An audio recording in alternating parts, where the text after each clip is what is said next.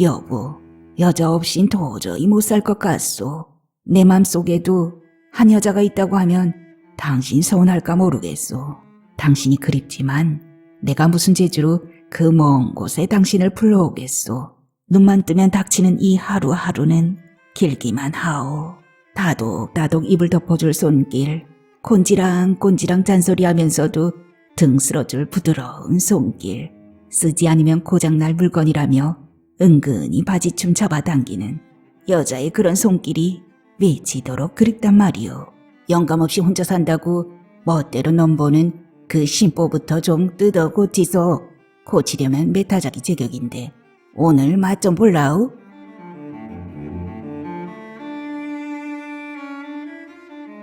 봄날은 간다. 노정환.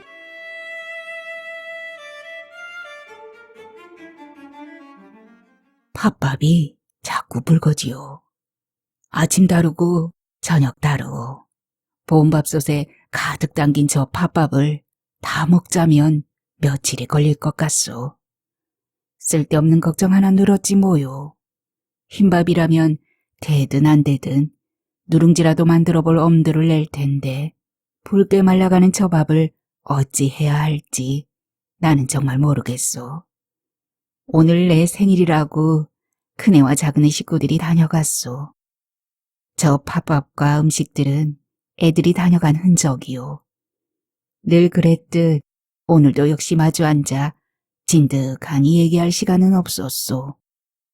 애들은 각자 제 할 일만으로도 바쁜 듯 했고 나는 다른 날보다 더 지루한 하루를 견디느라 몹시 우울했소. 인사 한번 하고 나면 어른아이 할 것 없이 우두커니 서로 겉도는 시간. 책임과 의무가 앞서는 만남이란 의례 그런 것 아니겠소? 와줘서 고맙구나. 그 말조차 나는 끝내 하지 못했소. 다정한 작별 인사 한마디 없이 애들을 보낸 뒤 나 홀로 이렇게 저녁 식탁에 앉아 꾸려. 여보, 이만큼 살고 보니 69이란 실로 어정쩡한 나이라는 걸 알겠소. 59엔 당신이 나를 먼저 떠난다는 생각조차 해본 적 없고 또 이미 지난 일이니 들먹일 까닭이 없소. 그리고 혹시 79, 89에 이승을 떠난다 한들 그 또한 크게 아까울 것 없는 몸 아니겠소? 어쨌든 나는 지금 69이요. 69이란 나이테가 새겨졌을 망정 내 몸은 아직도 뜨겁고 펄펄하오. 나이 들면 말벗이 필요하다는 친구들. 난 그 친구들 말을 믿지 못하겠소. 나는 외로우면 외로울수록 여자의 몸이 더 간절해지요. 간절하게.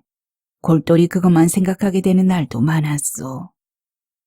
아무리 그리워해봤자 나는 당신의 살결 한번 만져볼 수 없고 당신 또한 내 털끝 하나 건드릴 수 없으니 이미 없는 당신을 쳐다보고 살기엔 내 신세 너무 외롭고 처량하단 말이오.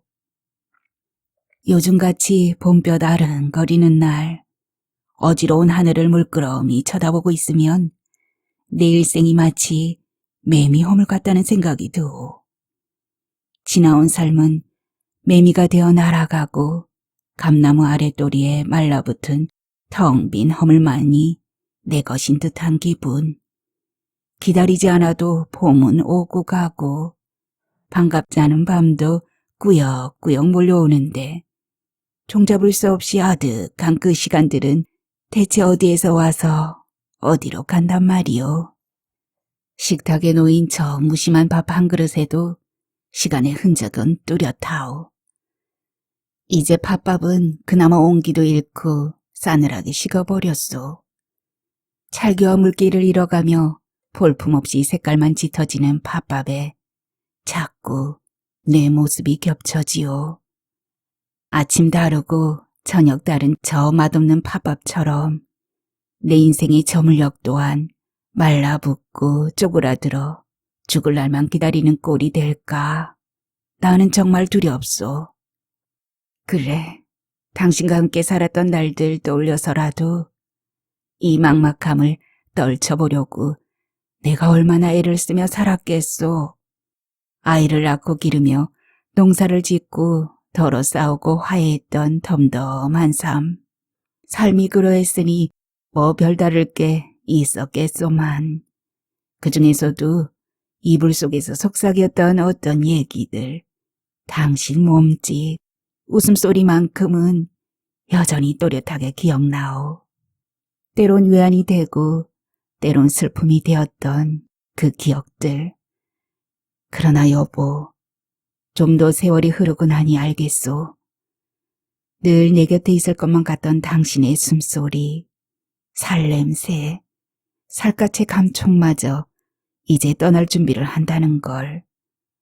아니 내 속에서 점점 희미해져 그저 아득하기만 하다는 걸 말이오. 어젯밤 잠 한숨 못 자고 끙끙댄 게 좋지 않았던가 보오.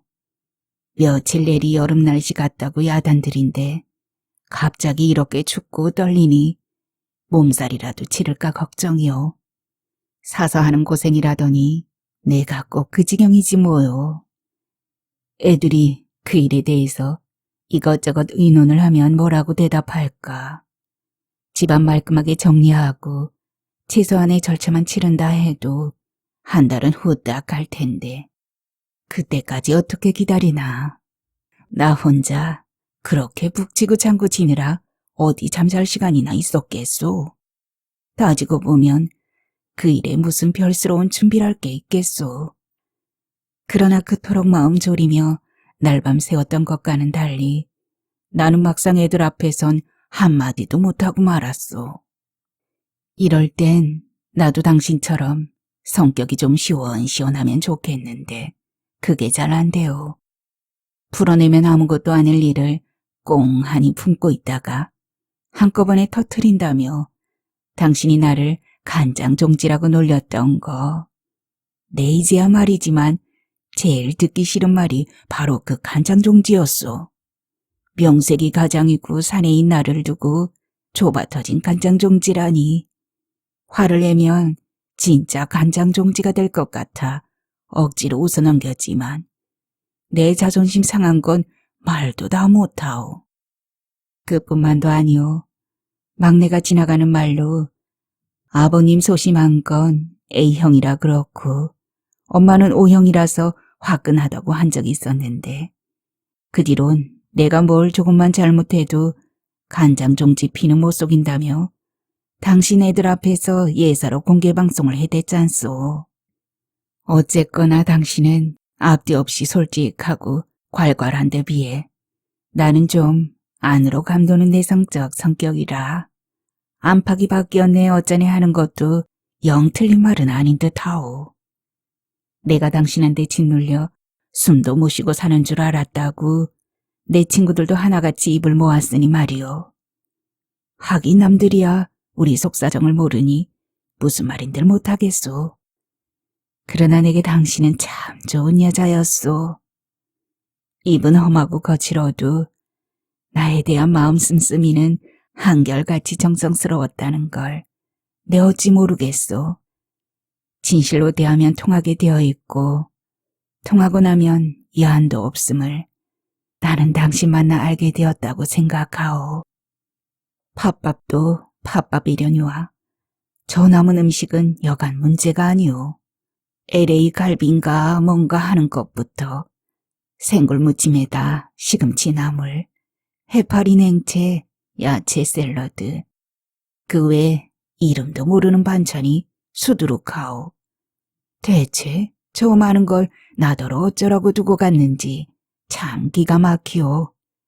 딴에는 큰 며느리 경로당 내 친구들 불러 대접하려고 그리 넉넉하게 준비한 모양인데 내가 말렸소. 그네가 제 한 사람 정성을 들먹이며 서운하게 여겼지만 나 또한 내키지 않으니 근데 모를 척 할 수밖에 없었소. 사실 저 음식 친구들 불러서 한 끼 먹이면 말끔하게 해결될 일 아니겠소. 작년 내 생일 무렵 그네와 통화하면서 덮어놓고 손사래를 치던 당신 모습이 떠오르는구려. 늙은이들 얼굴 보러 그 먼 길 앞세우고 뒤따르고 올 것 없다. 너희 아버지 생일은 내가 미역국 끓여서 자식이 할 테니 걱정들 말고 시간 넉넉한 날 댁에서 연락하면 우리가 가마. 가서 며칠 묵을 테니 그리 알고 너희 아버지 입을 참한 옷이나 한 벌 준비하거라. 나원 기가 막힐 노릇이지 않소. 곁에 앉은 나는 바꿔주지도 않고 전화를 툭 끊어버리는 당신이 얼마나 얄밉던지. 오겠다는 자식들 가로막는 것도 이골이 난 듯 당신은 아주 내놓고 멋대로 굴었소. 보자 하니 이젠 멀쩡한 사람 송장 취급하는만. 옛날에 선거 때마다 꼬박꼬박 박통 찍을 때 내 그때부터 짐작이야 했지. 뭐든 지 맘대로 하는 못된 버릇은 죽어야 놀란가. 지금은 민주주의 세상이란 말이지. 나한테도 물어보고 의논하고 의논 맞출 생각은 안 하고 왜 당신 맘대로 다 희족부 난리야, 응? 어찌나 부하가 치밀던지. 내가 그렇게 좀 빈정거린 건 사실이요. 그래도 그렇지. 손가락에 불 붙은 듯 길기 솟구치는 당신을 보고 있으면 한심하고 어이없었소. 생일이다 뭐다 자식들 불러 잔치밥 벌여봤자 깜짝 좋은 시간이야 하루지요, 하루. 영감 하루 좋자고 자식들 돈 낭비, 시간 낭비, 몸쓰고 그 쓰잘데기 없는 짓을 그렇게나 하고 싶수? 그래, 내가 독재 정치 좀 했다 치고 내 한 몸 잘 먹고 잘 살라고 그랬나? 뻔히 알면서 사람 복장 지르는 그놈의 뒤통수런 재주는 늙지도 않아요. 아내 말이 틀렸나 맞나 대답 좀 해보라니깐. 내 서운한 심정을 다독이기는커녕 삿대질에 날벼락에 당신이 그렇게 윽박지르니 내가 무슨 대답을 할 수 있겠소. 그날 내 당신한테 종일 얼마나 시달렸는지 모르오. 당신이 울며 불며 내게 퍼부은 악다구니 고생담을 엮으면 아마 소설 한 권은 너끈이 될 것이오. 그날따라 당신이 유난히 떼쟁이처럼 굴었던 거 돌이켜 생각하면 그때 당신은 당신이 살아온 생 전부를 가장 서러웠던 것부터 풀어낸 것이 아니었나 싶소. 견디도 못한 내가 텃밭으로 가면 텃밭으로 따라오고 사랑채아궁 위에 불을 지피면 또 거기 와서 쭈그려 앉아 악을 쓰고 뒷간에 가면 문 앞에 서서 기다리고 울다가 잠이 든 당신을 눕혀놓고 내가 늦은 저녁을 차렸지 않겠소. 저녁 먹고 자라며 내가 어깨를 흔들자 당신은 못 이긴 채 일어나 앉았소. 빛과 손거울을 당신 앞으로 밀어놓던 나는 비실비실 웃고 말았소. 잔뜩 부은 당신 얼굴은 마치 늙은 호박 같았고 수쩍은 파마머리는 엉키고 짓눌려 꼴이 말이 아니었소. 뭔 구경 났냐고 웃냐며 당신이 먼저 내 옆구리를 쥐어 박았지요. 그때부터 우리는 툭툭 치고받으며 웃고 울다가 허겁지겁 밥 한 그릇 다 비운 뒤 잠자리에 들었잖소. 엊그제 일처럼 선연하건만 이미 한참 지난 일이요. 오늘 애들 보내고 나니 당신이 왜 그렇게 애들을 못 오게 했던가 조금은 알 것 같소. 내 생일 선물인 봄옷 한 벌도 그렇고 음식 장만 비용도 꽤 만만찮았을 거란 생각이 들어 내내 마음이 편치 않았소. 내가 애들에게 줄 거라곤 사람 포대와 텃밭에서 키운 삼동추밖에 없어서 괜히 미안했소. 당신이 있었다면 쑥, 냉이, 벼룩나물 등 봄나물 한 보따리와 갖가지 양념, 자갈치에서 사다 나른 생선까지 자동차 트렁크가 그득하도록 실어졌을 텐데 그네는 그런 내 속내를 아는지 모르는지 운전석에 앉아서까지 잔소리를 합디다. 보일러에서 잡음이 들리면 지체하지 말고 서비스 센터에 전화하고 옥매트를 꼭 사용할 것. 그리고 몸이 뻐근하다 싶으면 따끈한 홍삼차를 한 잔 마시라는 둥. 무슨 걱정이 그렇게 늘어졌는지 나는 알아노라고 건성 고개를 끄덕였소. 내가 애들에게 더 줄 게 없어 미안한 것처럼 큰애도 문간에 우두커니 서 있는 나를 두고 떠나는 심정이 편치 않아 그랬을 거요. 나는 홀로 남은 서러움보다 솔직히 큰애에 대한 섭섭함이 더 컸소. 내가 정말 필요한 게 뭔지 뻔히 알면서도 정작 듣고 싶은 얘기는 한마디도 하지 않고 떠난 큰애가 괘씸하더란 말이오. 자식은 자식이고 나는 나지. 걸핏하면 그렇게 읊어대는 두영이 말이 오늘따라 자꾸 생각이 납디다. 내 자식이 모자라서 그렇다는 게 아니고 어차피 우리는 살아가는 길이 다르다. 그 말이거든. 자식을 두고 효자니 불효자니 떠들지 말고 그럴 힘이 있으면 구경 한 번 더 다니는 게 낫다. 그 말이지. 두영이의 그 말에 자식도 자식 나름이라고 반박하거나 고숨치는 이들도 덜어있긴 하오. 그러나 지나고 보면 두영이가 틀린 경우는 별로 없었소. 나도 그에게 몇 번 핀잔을 들었잖소. 내가 너무 자식들 눈치를 본다고 그리 살아봐야 남는 건 후회뿐이라니 원. 당신은 경로당 내 친구 중에서 두영이가 가장 점잖더라고 했잖소. 그런데 그건 정말 아니오. 그 친구 여자 앞에서는 그렇게 얌전해도 우리끼리 있으면 온갖 음담패설을 주도하오. 호라비 생활 10년이면 아랫도리로 갈 양기가 입으로 다 모이니 말로라도 그걸 제때 풀어줘야 한다나 어쩐다나. 아무튼 텔레비전에서 본 것인지 어디서 주워들은 소린지 그 친구는 대체 모르는 것이 없었소. 얼마 전에도 그런 일이 있었소. 항상 일찍 나오던 두영이가 정오가 되도록 경로당에 나타나지 않는 거요.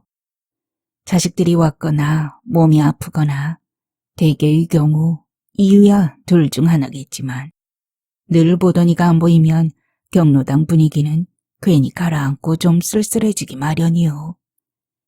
그쯤 되면 해장술을 홀짝 마신 누구는 슬슬 생트집이 나오고 이혼한 아들의 치닥거리에 진이 빠진 누구는 애꿎은 며느리 원망 끝이 없고 청구석에 처박혀 한평생 늙은 이유가 못난 대통령 때문이라고 거품 무는 누구까지 그야말로 한통속이 되어 와글와글 끓어오르기 시작하오.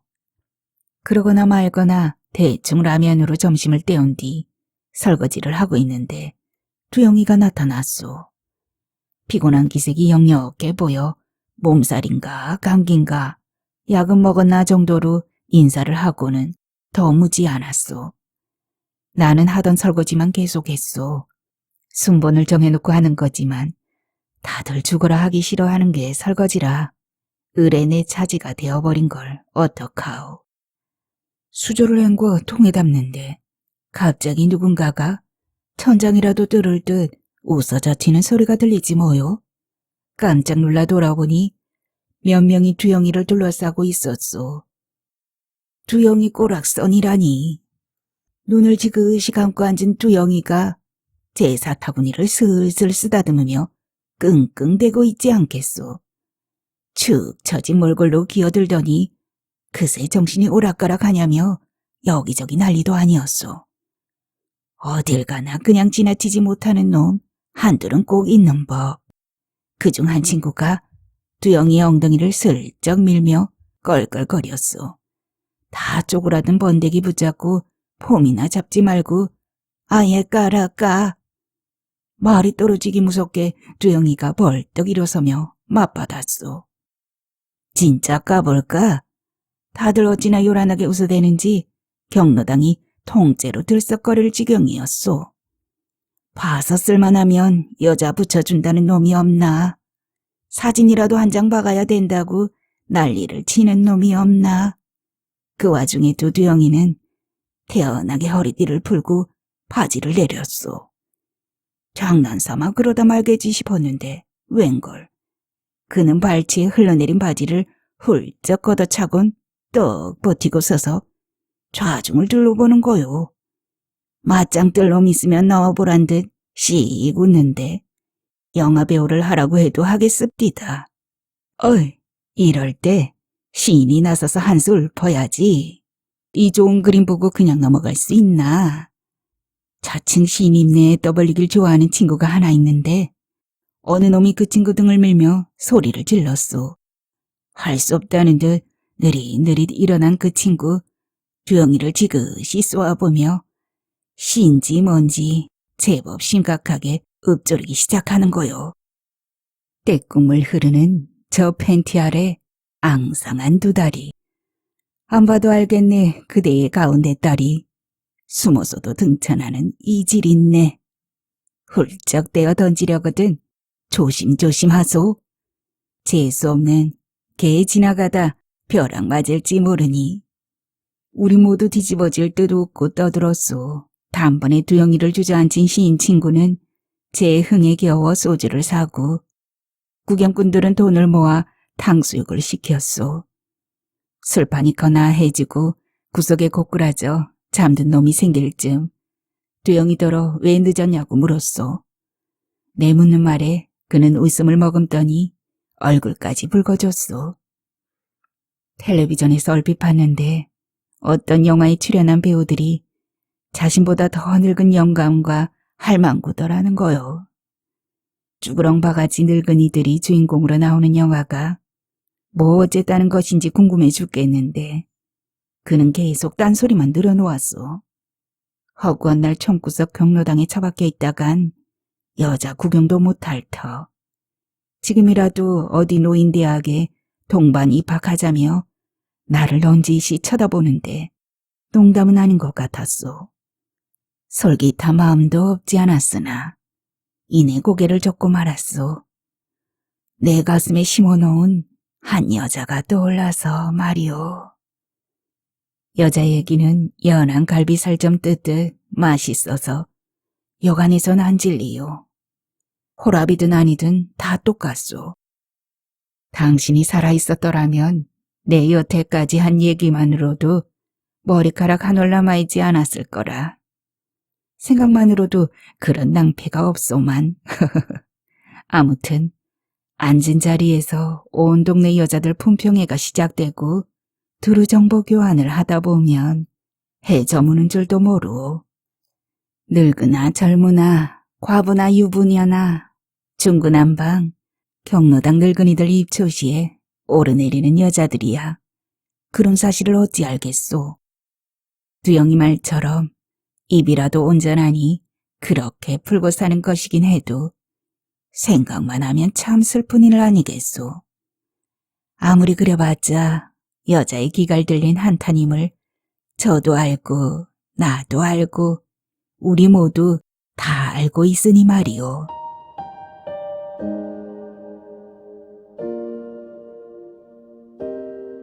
보일러를 켰는데도 왜 이렇게 썰렁한지 모르겠소. 식탁 의자에 앉아도 엉덩이가 베기고 바닥에 앉자니 차량한 기분이 드러내키지 않소.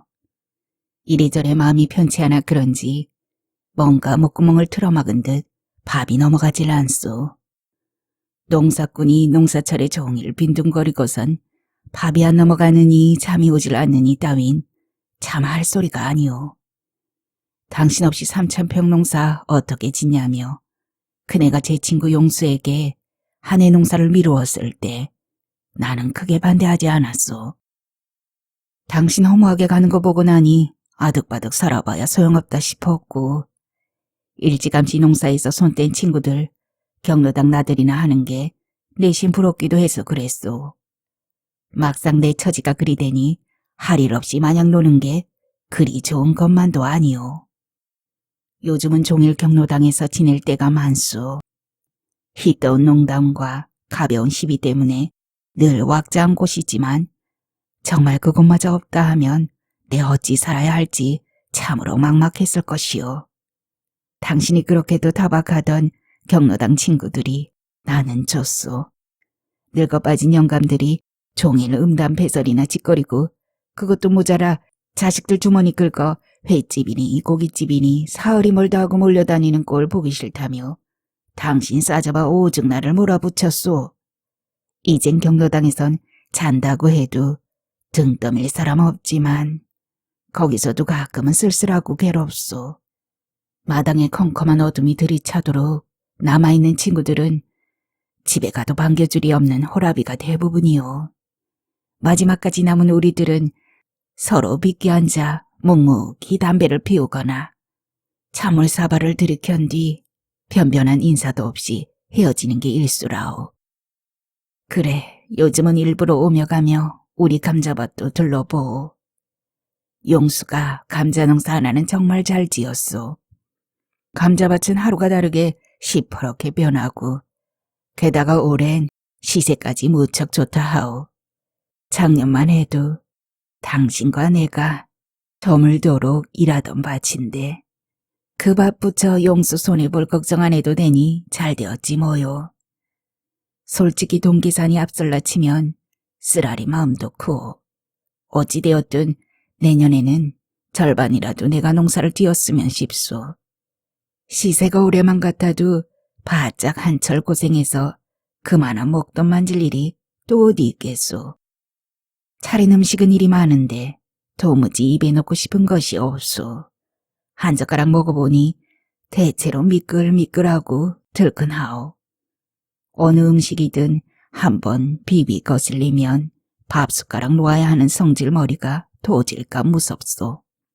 애들 맘 상할까봐 내색은 안 했지만 당신이 차려주던 밥상이 그리워서 아침상을 받으며 좀 울적했소. 당신이 있었더라면 다 제쳐두고라도 참조기 2마리와 명란은 밥상에 꼭 올렸을 거요. 신선한 명란을 사겠다고 당신은 곧잘 그 먼 자갈치 시장까지 다녀오지 않았소. 그러곤 땀도 덜 닦은 채 가정 양념을 만들어 명란을 버무리고 그걸 따끈한 밥 한 그릇과 내놓았지 않소. 옛날 생각을 하니 그나마 없던 입맛마저 뚝 떨어져 정말 숟가락을 놓아야 할 것 같소. 먹다 다 못 먹은 이 팥밥은 상스럽게 붉기만 했지 찰기도 적은 데다 맛도 지질이 없소. 큰며느리는 대체 손이 그 똑똑한 입을 따라가지 못하는 것 같소. 당신한테 웬 고자질인지 모르겠소. 간장과 먹더라도 제때 먹는 밥이 보약이라고 생각하는 내가 큰며느리 트집을 잡아 음식 투정이나 하다니 원. 입맛이 없어서 자꾸 옛맛이 그리운지 모르겠소.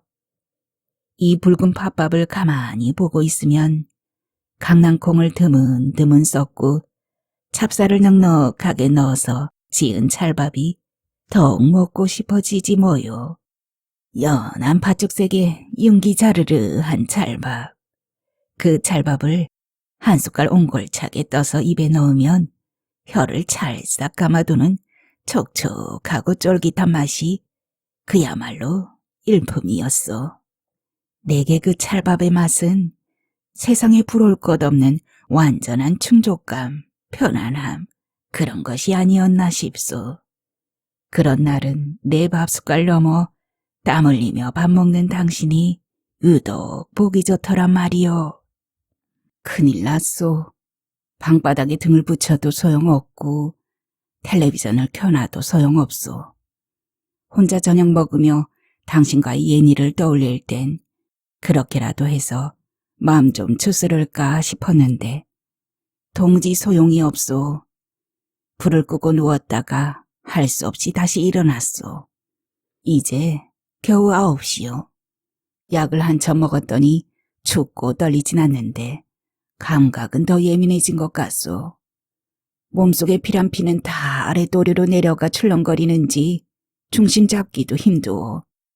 한번 들쑤셔진 마음은 좀 채 가라앉을 기미도 없고 덩달아 이 몸뚱이마저 안절부절 못하니 내 오늘 밤을 어찌 지내야 할지 막막할 뿐이요. 숨만 쉰다고 사라지는 게 아니다. 그 또한 두영이가 입에 달고 다니는 말이요. 맞는 말이요. 그 친구 오래전에 상처하고 갈 바 없이 흔들릴 때 대체 왜 그런가 싶었소. 그 얌전한 친구가 앉으나 서나 여자 얘기를 하지 않나. 걸핏하면 홍등가 찾아다닌 얘기를 늘어놓질 않나. 의지가 그렇게 약해 어디에 쓸까 싶어 못내 딱할 지경이었소. 심지어 동호 니는 좋겠다. 네 마누라 육독 좋고 젊어서 밥 안 먹어도 배부르겠네. 따위의 소리를 예사로 주워 섬겨 내가 밝은 성질을 부린 적도 있었소. 그랬던 내가 요즘은 그 친구 심정을 헤아리고 자시고 할 것도 없이 그냥 훤히 알겠단 말이오. 말을 하지 않아서 그렇지 나도 두영이 못지않다는 생각이 드오. 오늘처럼 이렇게 이엄치 없는 몸뚱이가 보채고 들면 여보, 나는 정말 여자 없인 도저히 못 살 것 같소. 내 맘속에도 한 여자가 있다고 하면 당신 서운할까 모르겠소. 미안하오. 당신이 그립지만 내가 무슨 재주로 그 먼 곳에 당신을 불러오겠소. 그러니 정말 미안하오. 특히 밤이 올까 무섭소. 밥 한 숟갈 물에 말아 넘기고 나면 정막강산이 따로 없소. 초저녁에 깜빡 자고 나면 기나긴 밤 허우룩한 심사 달랠 길 없으니 때로 내가 사람인지 귀신인지 분간할 수 없소. 밤새도록 바람소리 벗삼아 뒤척이고 나면 삭신이 쑤셔 멀쩡한 사지가 오그라드는데 그런 밤이 어디 하루 이틀이겠소. 비참하게 이를 데 없는 날들이었소. 다독다독 입을 덮어줄 손길, 곤지랑곤지랑 잔소리하면서도 등 쓸어줄 부드러운 손길, 쓰지 않으면 고장날 물건이라며 은근히 바지춤 잡아당기는 나는 여자의 그런 손길이 미치도록 그립단 말이오. 여보, 당신 친구 유천댁 말이오. 언젠가 내가 당신한테 유천댁이 찾아왔더란 얘기한 적이 있소만 그때 당신은 농담 말라며 웃어 넘겼소. 그래서 나도 대충 얼버무리고 말았는데 사실은 농담이 아니었소. 당신 큰며느리 해산바라지 가고 없을 때 일이었소. 나는 사랑방에서 텔레비전을 보고 있었소. 아마 9시가 넘었던가. 자야지 싶어 이불을 펴는데 유천댁이 찾아왔지 뭐요. 당신이 있을 때야 무람없이 드나드는 사이라 그러려니 해도 그날은 좀 이상합디다. 당신 없는 줄 뻔히 알면서 그녀는 아랫목에 발을 디밀고선 갈 생각을 하는 것이오. 날씨가 더 추워진다느니 늙으면 제일 먼저 달아나는 게 잠이라느니 한마디씩 건네면서도 나는 앉은 자리가 바늘방석처럼 불편했소. 게다가 당신과 내가 걸핏하면 이불 속에서 주거니 받거니 했던 말까지 자꾸 생각나지 뭐겠소. 당신이 나를 싫다 하니 아무래도 유천댁이나 찾아가야겠다고. 내가 그런 농담을 좀 많이 했었소. 가보소. 늙은 영감 얼씨구나 좋다 할란가.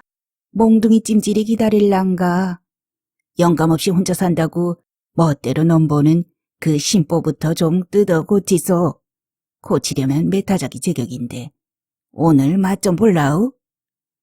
당신은 내 허벅지를 찰싹찰싹 때리며 곧잘 그렇게 받아쳤소. 그날 밤 유천댁을 그냥 보낸 게 요즘 들어 가끔씩 후회될 때도 있소. 그러나 그땐 정말 아니었소.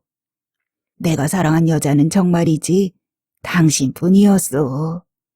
내가 당신을 사랑하지 않았다면 제발로 찾아온 여자, 그 여자를 갖고 싶은 욕망을 누르기가 어디 쉬웠겠는가 말이오. 지난 날을 생각하니 당신이 더 그립소. 지난 봄 온 동네 사람들 관광버스 대절에서 벚꽃 구경 갔을 때는 더더욱 잊혀지지 않소. 나이 들수록 붉은색이 좋아진다며 당신은 꽃분홍 웃옷을 새로 장만해서 입고 갔지 않소. 그러고 보니 당신만 그랬던 게 아니오. 거의 모든 안악들이 알록달록 차려입었는데 그 모습이 마치 만발한 꽃들 웅성웅성 걸어다니는 것처럼 환해 보였소. 아쉽게도 꽃놀이 나서기엔 그리 좋은 날씨가 아니었소. 황사주의보가 내려진 가운데 때 아닌 돌개바람까지 몰아쳤소. 누런 바람에 휘감겨 진저리 치는 꽃들이 몹시 안쓰러웠소. 그래도 다행인 것은 꽃등에나 벌을 만나지 못한 꽃들은 필사적으로 버티며 수분의 시간을 기다린다고 하더니 역시나 그 모진 바람 속에서도 떨어지는 꽃잎은 그리 많지 않았지 뭐요. 그런데 여보, 당신 그때 왜 그랬소? 그 머리 하얗게 센 노파와 같이 울었던 거 말이오. 아름드리 3번 나무 밑에 주저앉아 꽃끈을 휘저으며 울던 그 노파를 본 순간 정말이지 나는 가슴이 철렁 내려앉았소. 아니 그 노파를 뚫어지게 쳐다보던 당신 때문에 마음 더 섬뜩했는지도 모르오. 그 노파 일행이 있는지 없는지 천지간에 홀로 남은 사람처럼 목 놓아 울다가 웃다가 흥얼흥얼 노래까지 불렀지요. 구경꾼은 모여드는데 어이없게도 당신이 그 노파 곁에 쭈그리고 앉아 눈물을 흘립디다. 그때의 당신은 내가 한 번도 본 적 없는 전혀 다른 모습의 여인 같았소. 바람이 노파의 파뿌리 같은 머리카락을 헝클어뜨리고 한 무더기 붉은 진달래 같은 당신도 마구 흔들던 것을. 시도 때도 없이 떠오르는 그 장면을 차마 나는 잊을 수 없소. 그날 찍은 사진이라곤 딱 한 장. 지금 내가 보고 있는 이것뿐이오. 찍기 싫다는 걸 억지로 잡아당겨서인지 사진 속의 당신 표정은 잔뜩 굳어 있어. 뭔가를 노려보는 듯한 눈빛과 곧 허물어질 것처럼 벌어진 입술이 묘하게 대조를 이루어 볼 때마다 가슴 아픈 사진이요.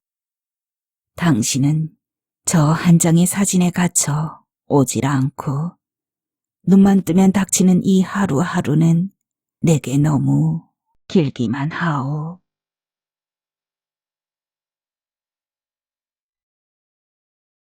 유천댁에 대해서 내가 구체적으로 생각한 지는 2달 정도 됐나 보오. 당신 가고 난 후 동네 안악들, 주로 당신 친구들이 번갈아서 우리 집에 드나들었소.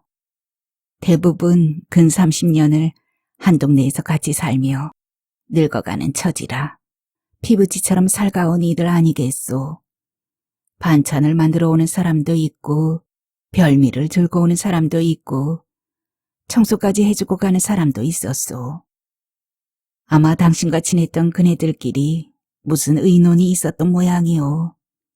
하지만 나는 그네들이 수시로 드나드는 게 여간 불편하지 않았소. 먹는 것이나 입는 것, 내 앉은 자리 정리만큼은 내 손으로 하는 게 당연한데 적게나마 그네들 신세를 진다는 게 마땅찮았소. 나는 그네들이 와도 할 일이 없게끔 청소며 끼니장만에 무척 신경을 썼소. 물론 입성도 당신 있을 때보다 더 깔끔하게 하고 다니려 노력했소. 내가 그다지 반가워하지 않는다는 걸 알자 그네들 발길이 자연스레 뜸해졌소. 유천댁은 달랐소. 내가 묵묵히 대하거나 말거나 개의치 않고 여전히 드나들었소. 보통 음식을 집에서 다 만들어 갖고 오는데 유천댁은 좀 유별났소. 부침개는 반죽만 해서 온다든지 레인지에 바로 올리면 되도록 찌개거리를 돌솥에 담아온다든지 늘 그런 식이었소. 그녀는 태연하게 우리 집 주방에서 음식을 만들어 식탁 위에 놓아두곤 온다 간다 말도 없이 사라지는 날이 많았소. 그런 언제부턴가 나는 그녀에게 고맙다는 말도 일상적인 안부도 묻지 않을 만큼 대면대면하게 굴게 되었소. 무슨 생각을 하는지 골똘한 표정으로 음식을 만드는 그녀 쪽으로 자꾸 눈길이 쏠리는데 나는 그걸 내색하기 싫었던 거요. 언젠가 그녀가 인절미를 만들었다며 가져왔소. 식탁 위에 두고 가랬더니 그녀가 나를 물끄러미 쳐다보지 않겠소? 한참 그렇게 쳐다보고 섰던 그녀가 한마디 툭 던졌소. 새삼스레, 내외하여? 나는 대답하지 않았소. 그 후 그녀는 우리 집에 발을 끊었소. 얼마 전에 애들 불러 그 일, 내 재혼 얘기를 슬며시 꺼냈을 때도 사실은 유천댁을 염두에 뒀기 때문이요. 그녀야 내 이런 의중을 까맣게 모를 것이요. 애들이 내 생각을 이해하고 따라준다면 그때 내 마음을 전해도 늦지 않으리라 생각했소. 그런데 오늘 그네의 태도를 보니 그게 아닌 것 같고 나 또한 유천댁을 향한 마음이 생각보다 더 각별했다는 걸 새삼 깨닫게 되었소. 당신 있을 때도 그랬지만 그네는 올 때마다 여기저기 꼼꼼하게 챙기는 버릇이 있지 않소.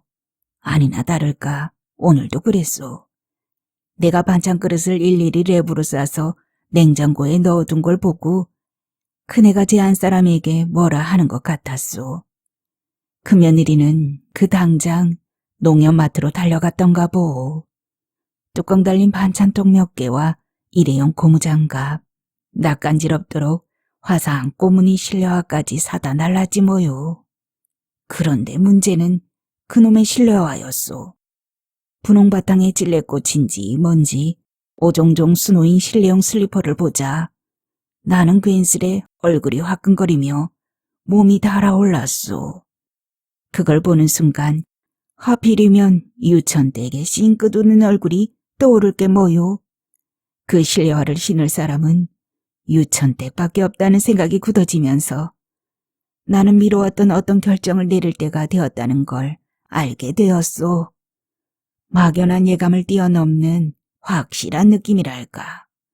그리고 그 느낌은 언젠가 꼭 한번 유천댁의 자그마하고 통통한 발을 만져본 것 같은 야릇한 설렘으로 이어졌소.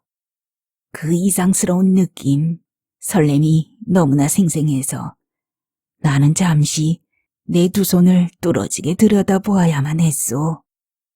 우스꾸려 눈으로 만져본 그녀의 발이 내 손바닥에 새겨져 있을 리도 없었을 터. 그럼에도 나는 자꾸만 그녀의 발을 어루만지고 싶어 두 눈을 둘 데가 없었소. 기우는 햇살과 맑은 냇물 속에서 뽀얗게 일렁이던 유천댁의 발. 걷어올린 종아리 아래 소복한 발등과 동그란 뒤꿈치, 가래떡처럼 희고 매끈한 발가락. 그녀의 발목을 비껴 흐르느라 섬세하게 물결지던 냇물의 반짝임까지 마치 엊그제의 일인 듯 환하게 떠오르지 뭐겠소. 따지자면 벌써 20년도 더 지난 일이요. 그해 6월이었던가. 감자를 캔 뒤 앞서거니 뒤서거니 냇가로 몰려가 씻을 때였던가 보. 남정네들은 묵묵히 발을 씻고 얼굴을 훔치는데 여인네들은 냇물에 발만 담근 채 곧잘 웃음보를 터뜨리며 늑장을 부렸소. 남정네들이 간간히 거들며 힐끔거리면 싱싱한 웃음보는 더욱 요란해져 저물녘의 냇가 숨가쁘게 뒤채며 술렁이기까지 하지 않았소. 그러나 나는 웃음소리 환하게 쏟아내던 여인네들보다 유천댁만 오래오래 쳐다보았소. 말없이 얼굴을 씻고 발을 씻는 그녀의 웅크린 등과 햇빛을 반사하는 빛나는 종아리, 머뭇거리는 하얀 발에서 눈을 뗄 수 없었던 거요. 가슴이 다 먹먹해졌소. 당신을 포함한 다른 여인네들이 건강하고 당당한 해바라기 같다면 홀로선 유천댁은 어쩐지 찔레꽃을 보는 듯한 느낌이었소. 어쩌면 그녀의 처지를 잘 알고 있던 내 지레 짐작이 작용한 감정이었을지도 모르오. 홀로 된 여자라면 마땅히 그래야만 할 것 같은 일종의 처연함이랄까. 나는 은연중 그녀에게서 그런 분위기를 기대했는지도 모르겠소. 어쨌든 그녀, 남편을 여인 지 1년도 채 못된 때였으니 외롭고 캄캄한 심정이었던 건 사실이었을 거요. 당신을 보내고 창졸간에 호라비가 된 지금의 내 처지와 그때의 그녀 하나 다르지 않았을 거란 말이오.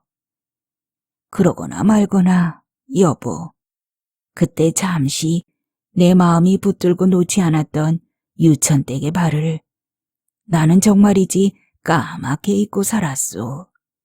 그런데 꽃무늬 실내화를 보는 순간 까마득한 시간을 거슬러 그녀의 발이 생각났고 생각나자마자 어찌나 애틋해지는지 나 자신도 정말 깜짝 놀랄 지경이었소.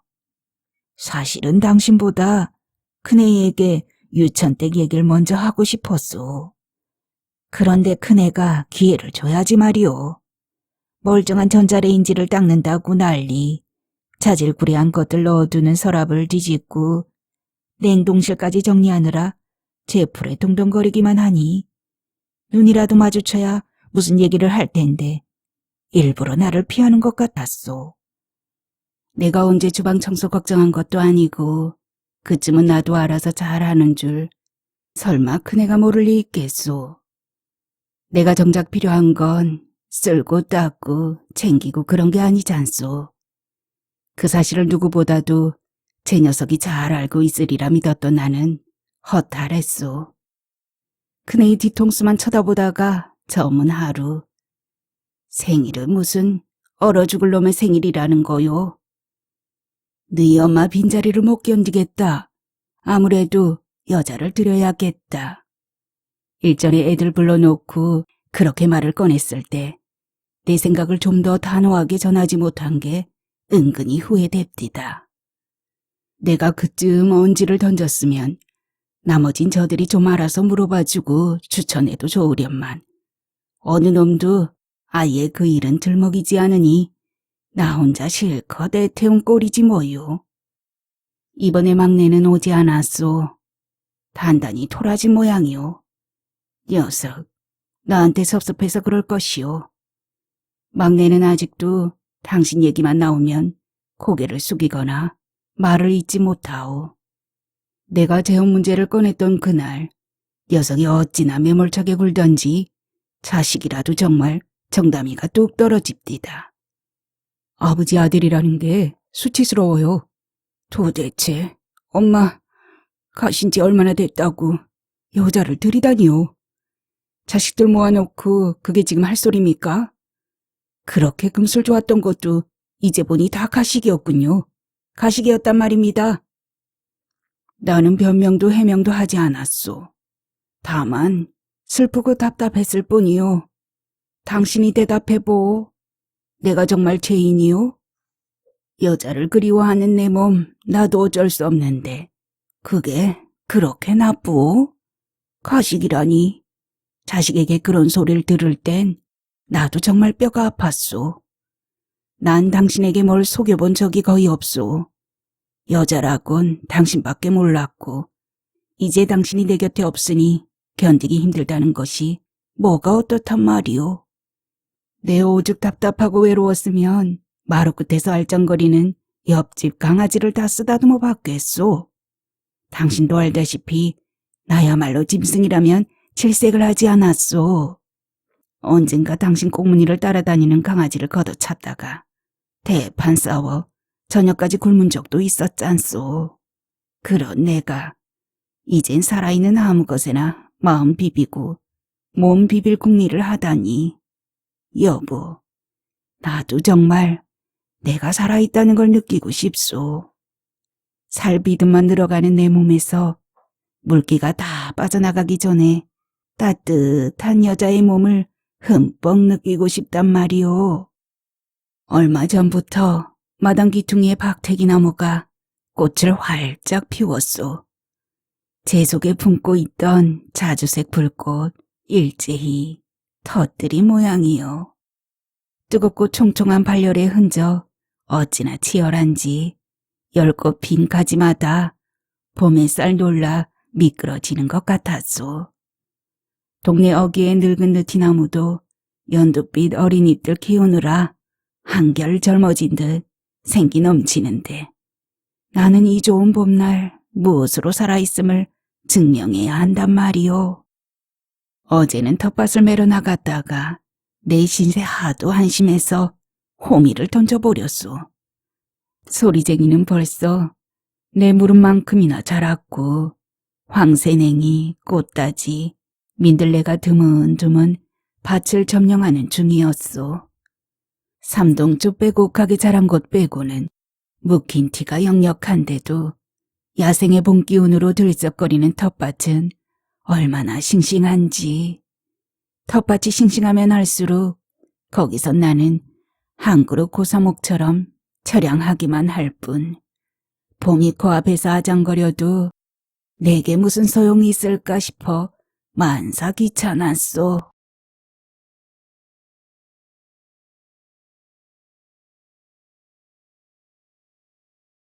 엎치락 뒤치락한 지 2시간도 넘었나 보오.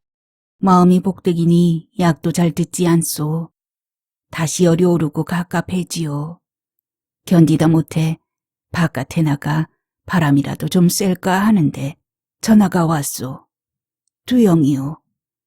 참, 그네도 연락이 왔소. 잘 도착했으니 걱정 말라고 하면서 자꾸 머뭇거리는 그네에게 푹 쉬라고 이러곤 내 먼저 전화를 끊었소. 놀러와도 되냐고 묻는 두영이에게 몸이 좀 신통찮다고 얼버무렸더니 그 친구 대뜸 웃어져 칩디다. 새삼스레 봄을 앓는 게 수상하다는 둥. 보아하니 여자 아니면 고치기 힘든 병에 걸렸다는 둥. 저 혼자 한참을 시시덕거렸소. 마음에 드는 여자 있으면 먼저 업어다 놓고 뒤를 수습해야지. 방구들 지고 백날 궁리해봐야 무슨 묘안이 있나 하면서 연방 놀리기까지 했소. 며칠 전에 내가 유천댁 얘기를 슬그머니 흘린 걸 귀담아 들었던 모양이요. 혼자 실컷 떠들고 나서 두영이가 물었소. 애들 다녀갔냐고. 그래 그렇다고 대답했지요. 그제야 그는 목소리를 바로잡으며 내 생일이 이맘때였던 게 기억난다고 했소. 어느 해였던가? 당신이 내 생일이라고 음식을 만들어 경로당에 가져간 적 있었잖소. 두영이는 그때 먹은 잡채 맛을 잊지 못한다며 걸핏하면 들먹이곤 했소. 하긴 나도 은근히 주책을 들었을 만큼 당신 솜씨가 좋았던 건 사실이요. 그때 그 잡채는 맛도 마시려니와 보기에 하도 좋아서 나는 먹지 않아도 배가 부를 지경이었소.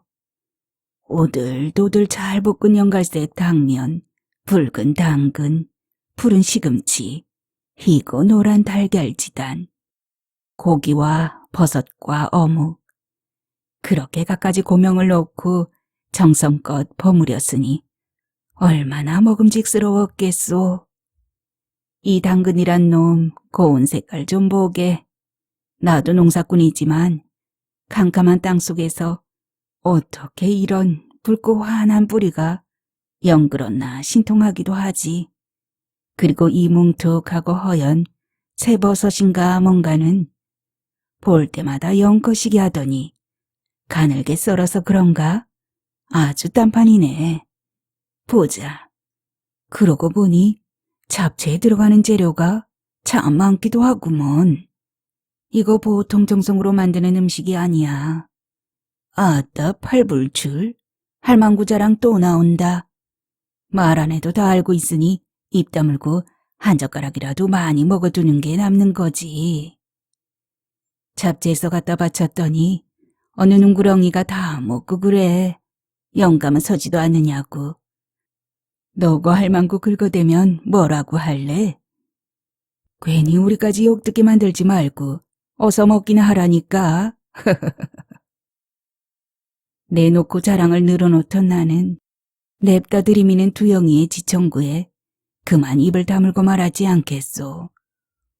내일 아침에 두영이가 오겠다고 하오. 엉격결에 저 많은 음식을 어찌해야 할지 모르겠다고 푸념했더니 냅다 화를 내지 뭐요. 팥밥이고 뭐고 싹쓸이해서 경로당에 다 가져갈 거니 손도 대지 말라며 으름장을 놓았소. 또 뭐라고 한 줄 아오? 그 여자 만나려면 어서 불 끄라고. 그래야 꿈속에서라도 안아볼 거 아니냐고. 호라비 사정 가부가 안다더니 그 친구 내 맘을 훤히 읽고 있었던가 보. 어쨌든 기분이 한결 좋아졌소. 오늘 내가 당신한테 좀 심하게 주책을 떨었지만 어쩌겠소. 살다 보니 이렇게 갈팡질팡할 때도 있구려. 당신 걸핏하면 그랬지 않소. 서방 포함해 아들 넷 키우느라 등 휘는데 그중 나이 많은 놈이 가장 밉상꾸러기라고. 밤마다 엉겨붙는 그 힘 농사에 쏟았으면 우남들 다 사고도 남았겠다 하면서 그래 늙은이들이 아직도 힘이 남아돌아 이렇게 밉상을 떨어 미안하오. 평생 당신 치맛복에서 벗어나 본 적 없으니 나도 이젠 좀 달리 살아보는 것도 괜찮지 않겠소. 당신한테 다 털어놓고 나니 한결 홀가분해졌소. 봄이 가기 전에 하루라도 더 늙기 전에 아니 당장 내일이라도 유천댁을 찾아갈까 하오. 이렇게 잠못 이루고 앓다간 밤새 폭삭 늙어버릴까봐 이젠 그것마저 걱정이요. 안 되겠소. 내일 유천댁 만나려면 이 푸석푸석한 얼굴부터 어떻게 좀 매만져야 할 것 같소. 사실 큰애가 사다 준 봄옷도 내가 입기엔 너무 환한 것 같아 걱정이요. 누렇게 맥불린 이 얼굴엔 도무지 어울릴 것 같지 않으니 말이오. 당장 세수부터 해야겠소. 로션이라도 미리 발라두면 아무려나 지금보다는 낫지 않을까 싶소. 죽을 때가 되면 안 하던 짓을 한다던데. 이 밤중에 세수라니. 여보, 아무래도 내가 병 한번 오지게 든 것 같구려.